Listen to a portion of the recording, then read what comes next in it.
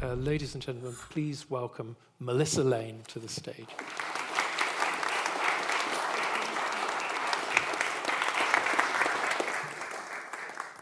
In modern societies, we usually think of writing laws down on paper or in electronic form so that they can be ready to hand and widely circulated. But in ancient Near Eastern and Mediterranean societies, writing laws originally meant writing them up.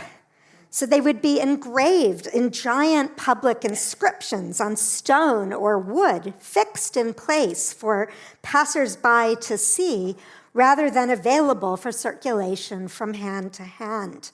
Now, this is actually an engraved Italian law from the late 18th century, but it shows the survival of that ancient mode of publishing laws. And we can see it here in antiquity, not very well, but this is an image of the Gorton Code from Crete from about the 5th century before the Common Era. And I'm going to come back to the Gorton Code. This is the most extensive code that we have of ancient Greek laws. So that contrast between writing laws down and writing them up, I hope will help us to open our minds to many different kinds of ways in which writing laws has functioned, both in ancient societies and also today. And we'll find that there are some very different ways and also some surprisingly similar ones. Now, if we just think of ancient societies themselves, we can see that they also had some striking commonalities in their legal content. So, for example, what the Romans have come to know, have brought us to come to know as the lex talionis, an eye for an eye. And this is the principle more broadly that a punishment should precisely fit a given crime. So as you can see, we find this in ancient Babylon, and we'll come back to the Code of Hammurabi later on. We find it in the Hebrew Bible, and we find it in the 12 tables of ancient Rome, to which the statesman and philosopher Cicero here was referring. But even though we have these common contents in many cases, and we find in all of these societies ancient laws about trade, about debts, about theft, about marriage and divorce, but we also will find many divergences in how laws functioned. For example, the difference between laws written up in a kingdom and laws written up in a democracy.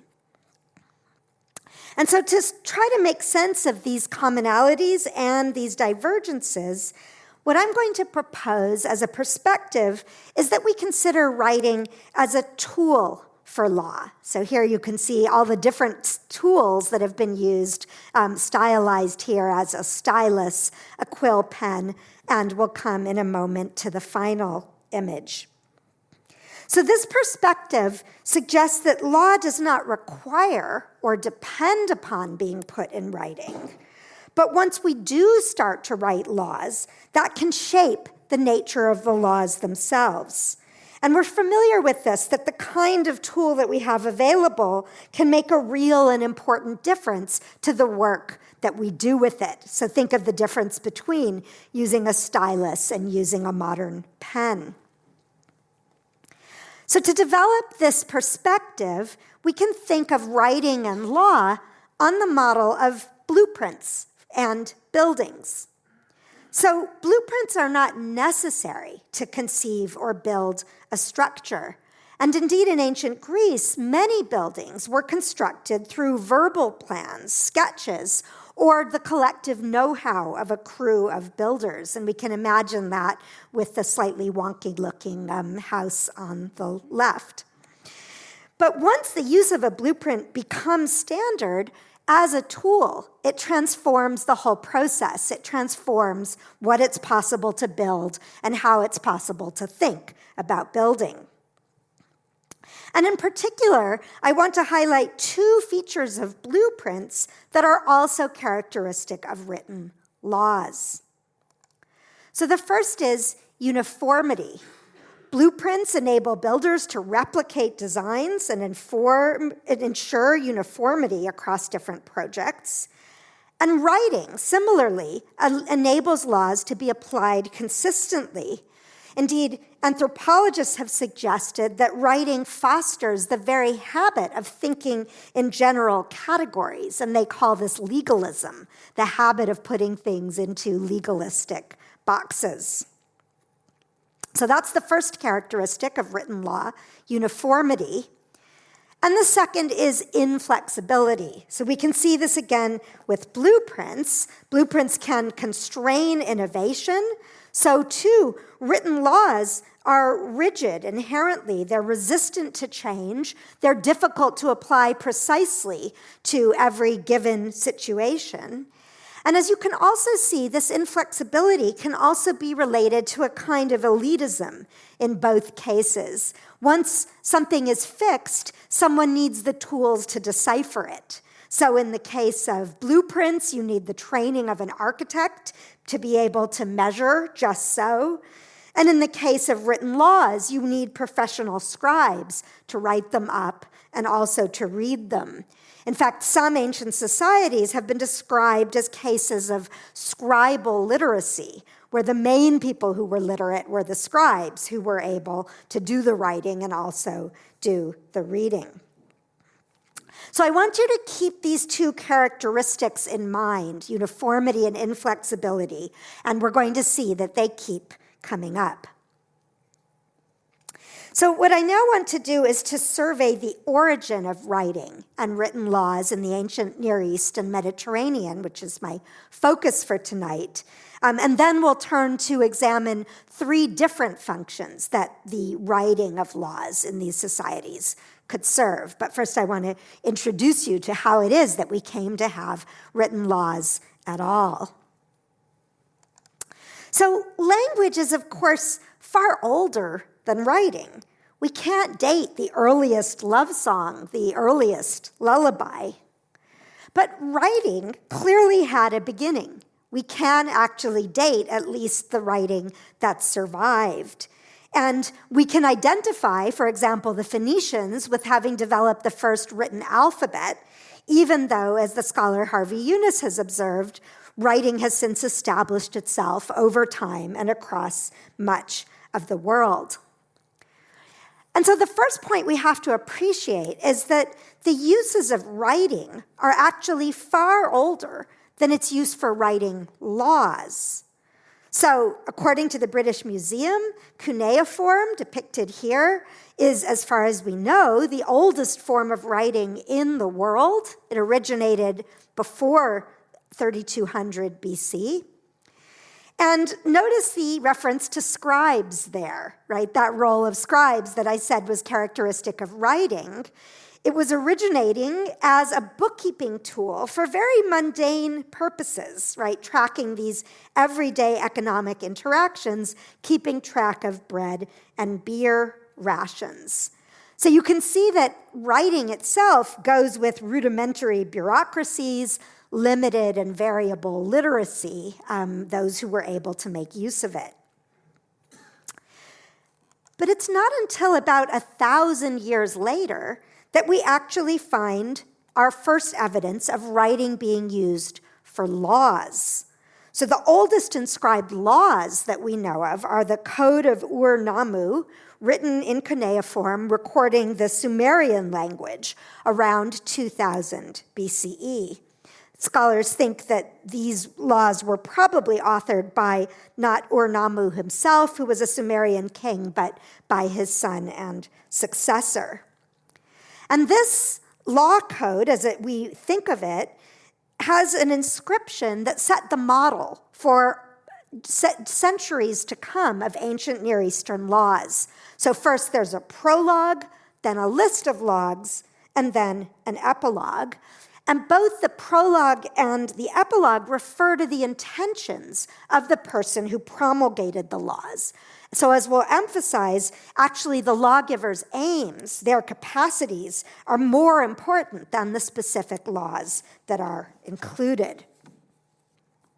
Now, another really interesting feature, of the these laws is their universal formulation. So one scholar comments that Sumerian laws were always formulated in terms that applied to everyone and were also conditional. So a law would be, if a man allows his fields to flood, then he owes this much compensation to his neighbors. So here we see that idea of uniformity. And this is actually pushing uniformity to its farthest extent because it's claimed to be actual universality. Now, not all laws go that far. So, for example, the Code of Hammurabi and other Akkadian laws often regiment their application. They specify particular groups of people with particular social statuses.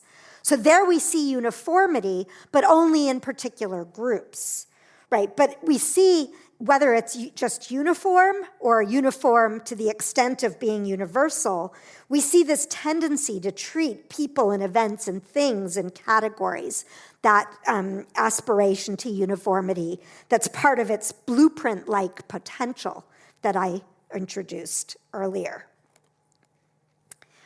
Now, in contrast to Near Eastern cuneiform, after the Dark Ages, the Greeks came to adopt alphabetic writing, and they adopted it around 750 BCE, so this cup is one of the earliest surviving examples of inscribed alphabetic Greek writing.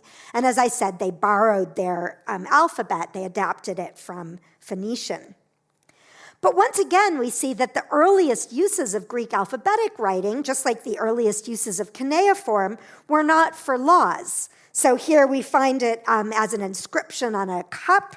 We actually even find graffiti on cups and bowls among the earliest surviving Greek alphabetic writings. We find epitaphs, dedications, and so on. But remember that the gap between Near Eastern cuneiform and its inscribed laws was about 1,000 years, but the gap between Greek alphabetic writing and its earliest inscribed laws was only about 100 years. So that's a very striking difference. So we can see here, again, as you just noted, the earliest Greek alphabetic writing is from about 750. Only a century later, we find the earliest surviving Greek legal inscription, which was actually from Dreros on Crete. So similarly on Crete, and we'll come to the content of that inscription later on. Solon, about 50 years later, wrote his laws for Athens, and beyond the dates on the slide, the Romans would send a delegation to Athens to study Solon's laws in shaping their own 12 tables, which were believed to have been written down around 450. So one question we can ask when we look at these dates is, does this mean that no statutory laws at all existed before whatever date they were first recorded in writing? Now, one Greek historian has claimed this, and he begins by pointing out, and I think he's right about this, that there's far more to a legal system than statutes alone. So he talks about what we find depicted on the shield of Achilles. This is described for us in Homer's Iliad. And part of this shield are leaders who act as judges giving oral verdicts. So what we can see is that actually oral procedures of justice can be far older than written laws. And this is generally the case in antiquity. And of course, we might also think about the English common law, where what we can call law develops through particular judicial decisions. It doesn't have to be guided or determined by general statutes. So I think these points are important, but this historian, Michael Gagarin, I think goes too far in this claim when he has contended that writing created law for the Greeks, although he specifies law in the sense of statutes. To my mind, these earliest written Greek laws seem to have been so piecemeal that it's hard to think of them as holding this special elevated status that now, for the first time, we have statutes, whereas just a moment before someone wrote them up, we didn't have that at all. I think it's hard to see the already existing and evolving procedures, institutions, and office holders suddenly functioning in a radically different way with the inscribing of laws than they did before. So to my mind, this way of putting it, isolating statutes as the only proper laws, is more a modern sensibility than an ancient one. Now, actually, anthropologists of law can help us further here because they direct us to think more broadly about laws as rules. And they can be rules of many different kinds. They can encompass conflict regulation and institutional formation. They can be more or less general, more or less explicit. So when we formulate them in writing, we will tend to make them, as we saw, more uniform and more inflexible. But that's only a tool, right? It changes the way that they work, but it doesn't necessarily change their fundamental nature. Writing isn't essential for law, even if it makes a difference once we start to use it. And indeed, it's important to remember that in antiquity, and indeed even today, even once we start to use writing for laws, it's always intertwined with continued oral practices. So on the right, you can see that even the way laws were described in ancient Greece was quite varied. Some communities, like this Cretan city of Gortys, called their laws the writings, ta grammata. That's how they refer in the inscription itself to what it's doing. But in Sparta, a number of crucial laws that were issued by the lawgiver Lycurgus were each referred to as he rhetra, the spoken thing.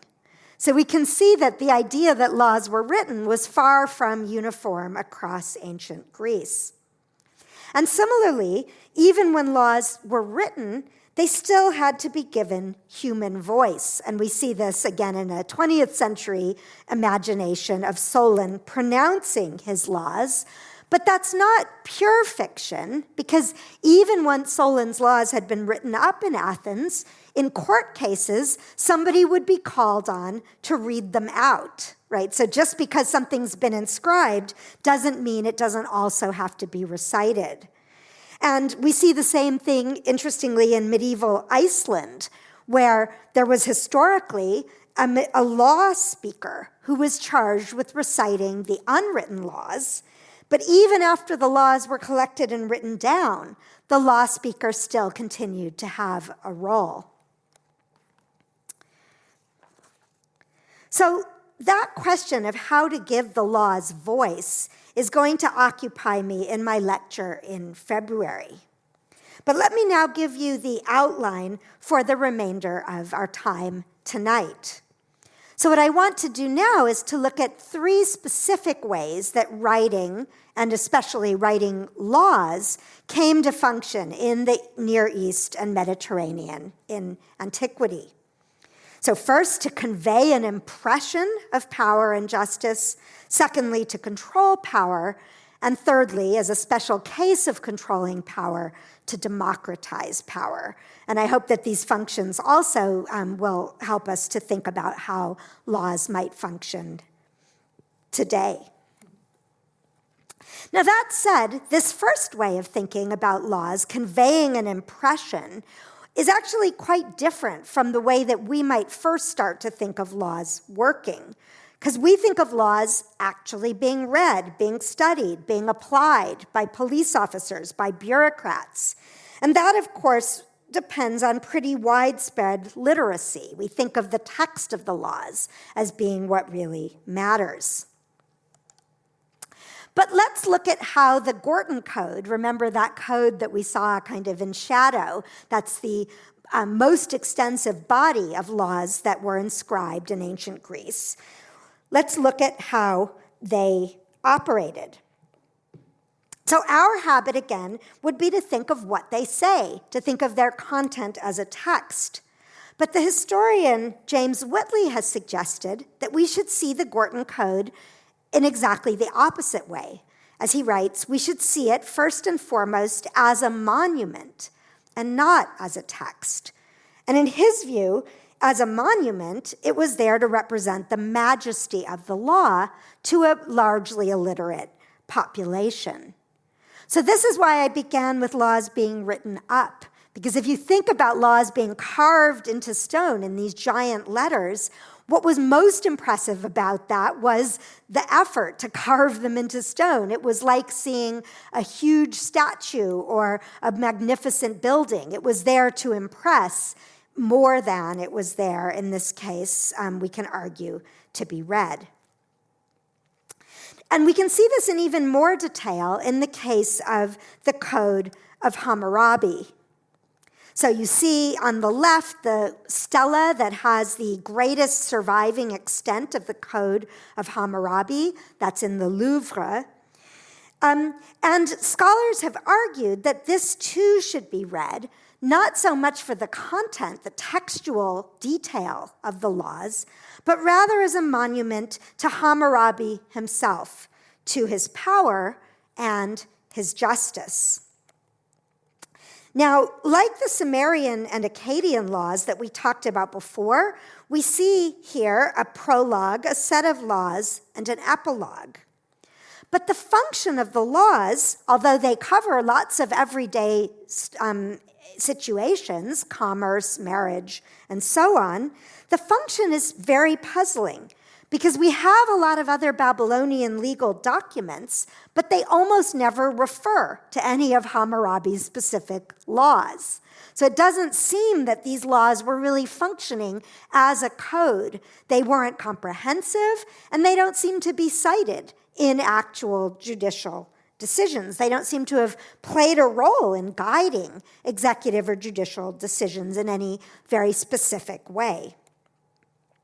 So how can we make sense of that? Well, the scholar Mark van de Meerup has suggested that the key lies in this line, which follows the inscription of the laws on the stone, and it refers to the laws not as laws, but as just verdicts, which Hammurabi, the able king, has established.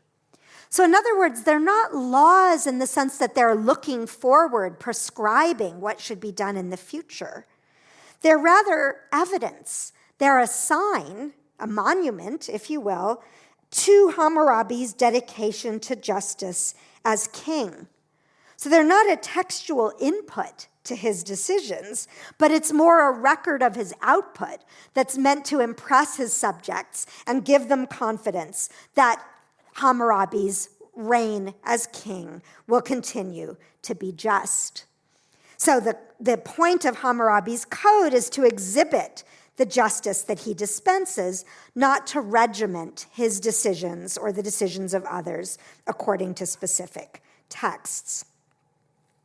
And again, we can relate this to broader categories in the anthropology of law. As one legal anthropologist, Fernanda Piri, has written, legal rules and categories, at their most basic, are a public expression of moral order. And this is what we can see Hammurabi's laws as having been. They express the kind of justice to which he's aspiring as king, rather than sort of regimenting and dictating the way that people should act in a legal setting. So this is certainly one way that laws can function, this monumentality that impresses us rather than, as it were, instructs us. But in other contexts, historians have sometimes taken a very different view, because we can sometimes read the fact of a law being made and being written not as a sign that all is well, which is the way that the Hammurabi Code was working, but as a sign that there's a problem of moral order that needs to be fixed. So that's a very different way that laws might function. And this leads me to the next function that I want to consider, which is laws that function to control power. So this is where laws are actually doing something to fix problems, not just displaying the justice that already exists. And this is, I think, the right perspective to consider the earliest written law surviving from ancient Greece.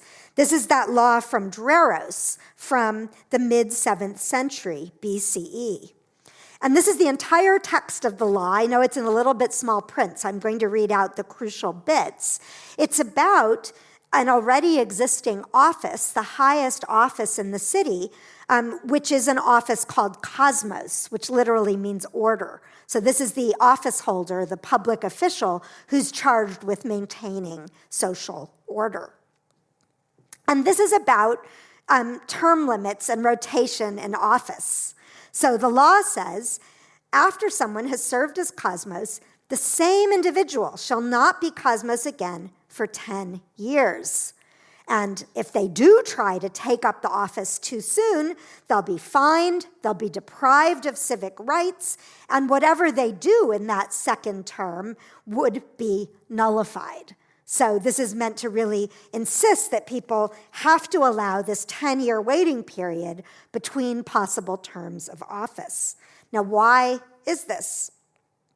Well, the editors of this inscription have explained that the point of this was that once someone has been in public office, when they were in that office, they were immune to lawsuits for their conduct.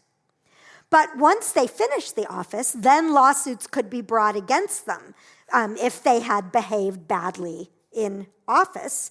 And the 10 years is meant to allow time for those lawsuits to be raised and resolved before anyone could be allowed to hold office again. So making people wait a decent interval was a way of ensuring that they not be eligible for office before the lawsuits had been resolved. And so what is the point of that? Well, as they suggest, the point is to prevent a single individual through repeated re-election from accumulating excessive authority in the city. And this law seems to have worked better than some modern constitutions in preventing people from taking up high office through re-election before lawsuits from their previous term had been resolved.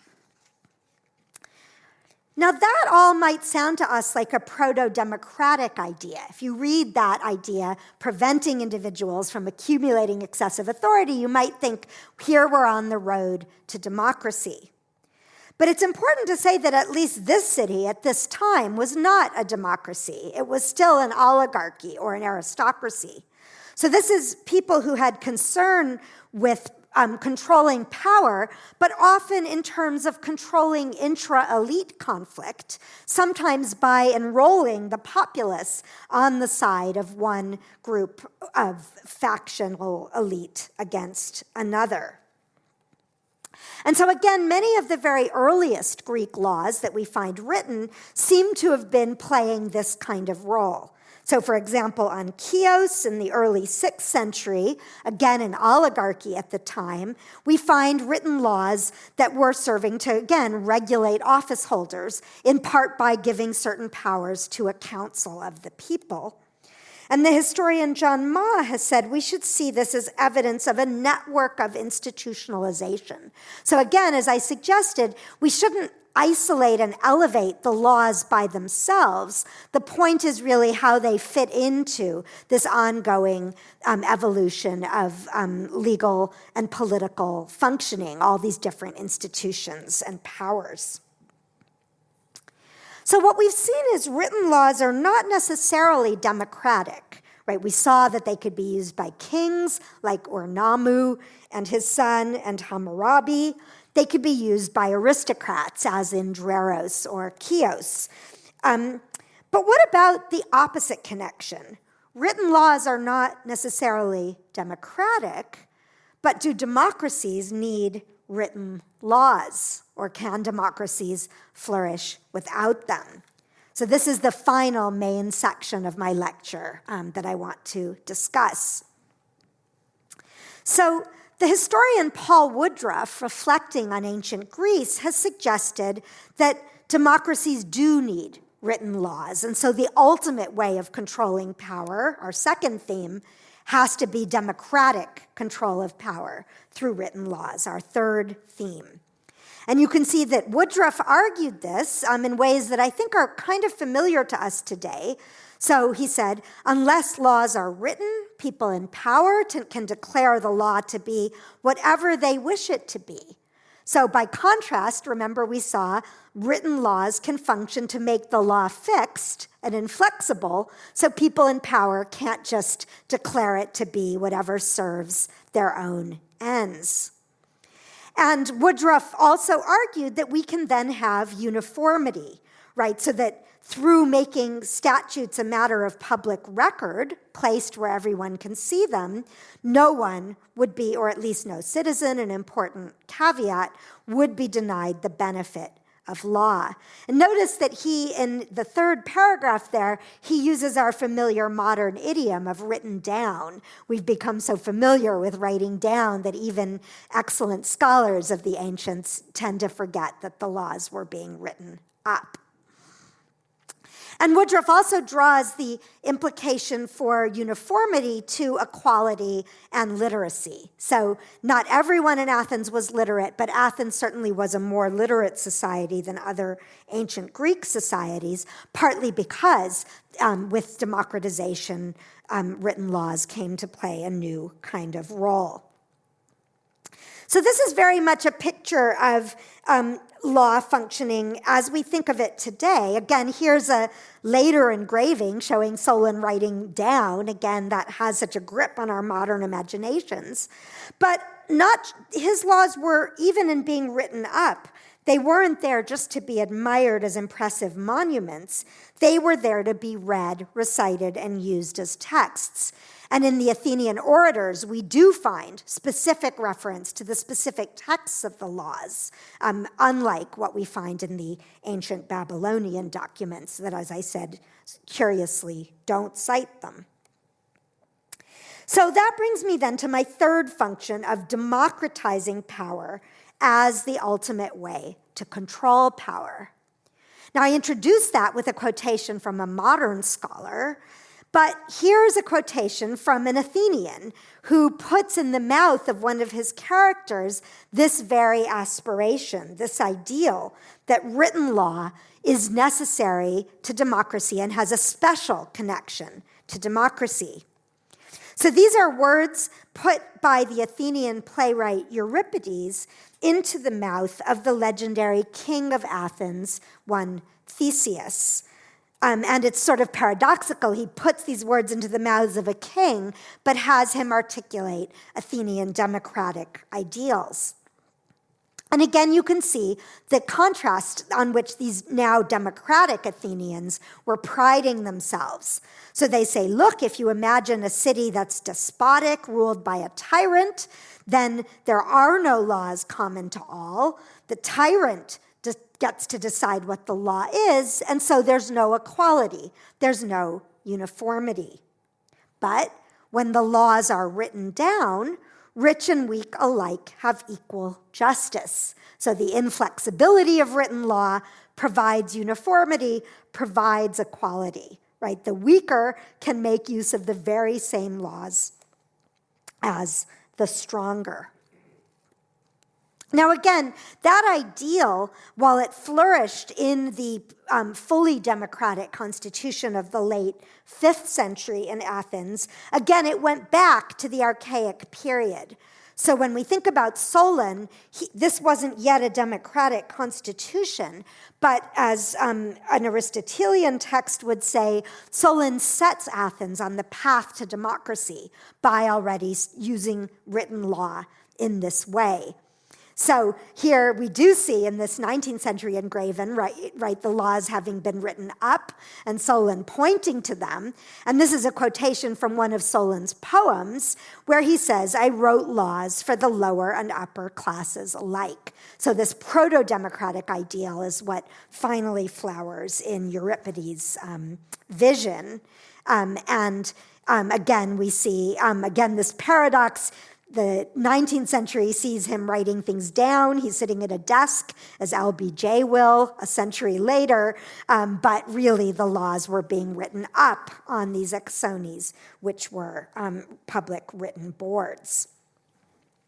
So this ideal, this connection between writing, publicity, transparency, equality, democracy, has become very attractive to modern scholars. And many people have almost come to assume really writing has this unique connection to democracy.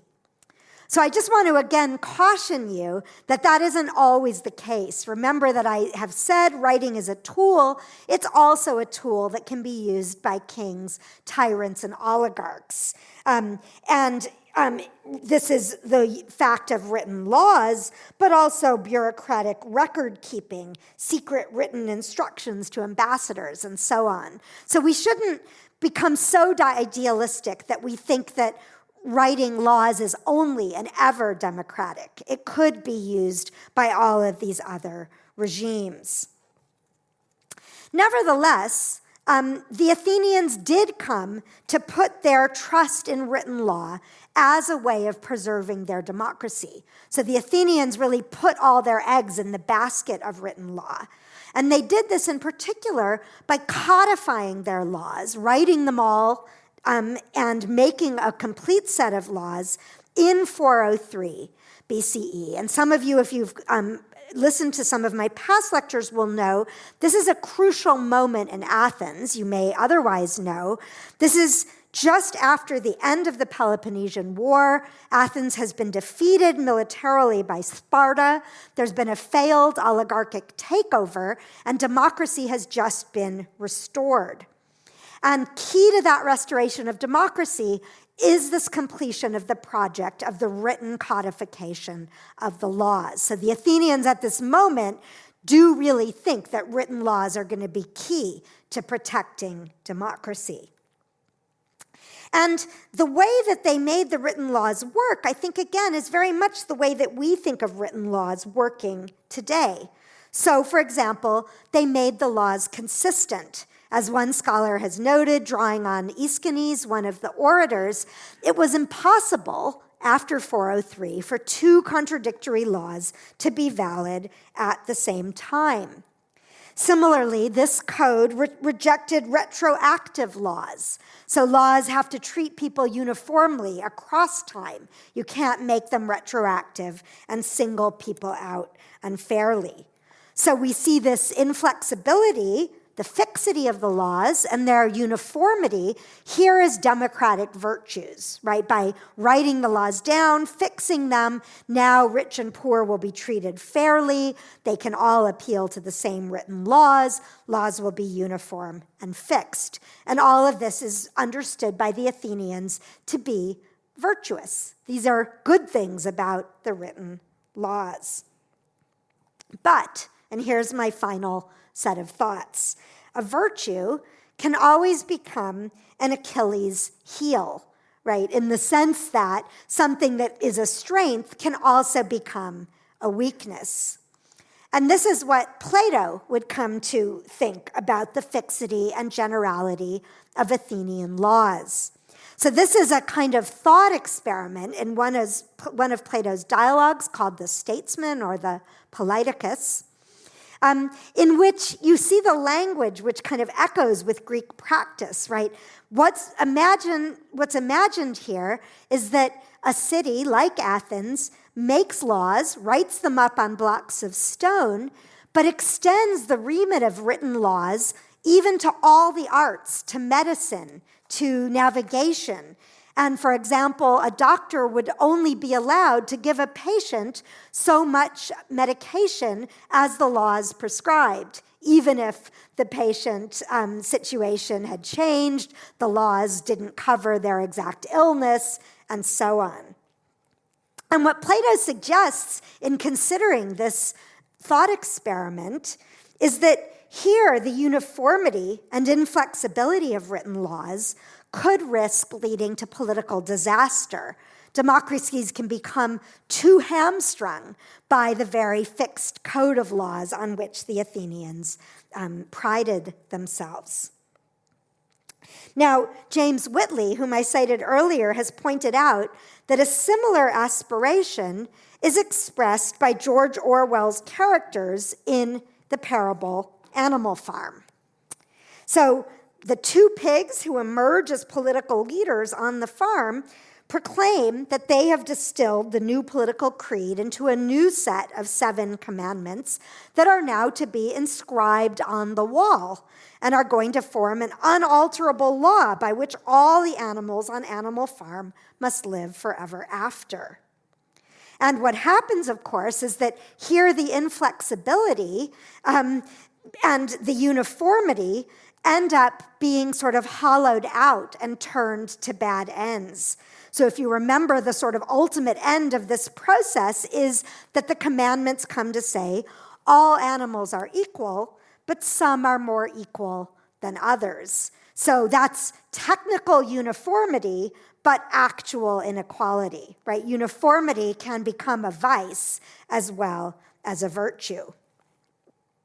And so those fears about whether uniformity of law is what we should aim for or whether we need more legal flexibility, I think remain relevant to debates about law today.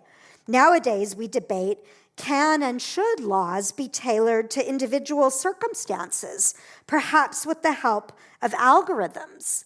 Can laws be adequate to all the different situations that modern societies face, or to what extent should executive officials and civil servants be empowered to make regulations, but does that risk undermining the equality and fairness and the original intention of the written laws?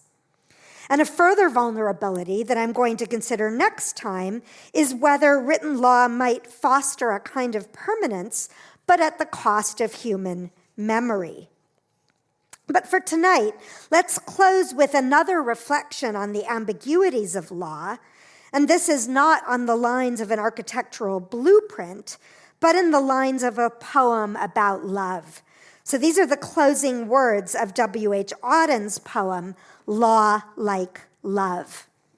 So Auden writes of law, like love, we don't know where or why. Like love, we can't compel or fly. Like love, we often weep. Like love, we seldom keep. Thank you very much for your attention.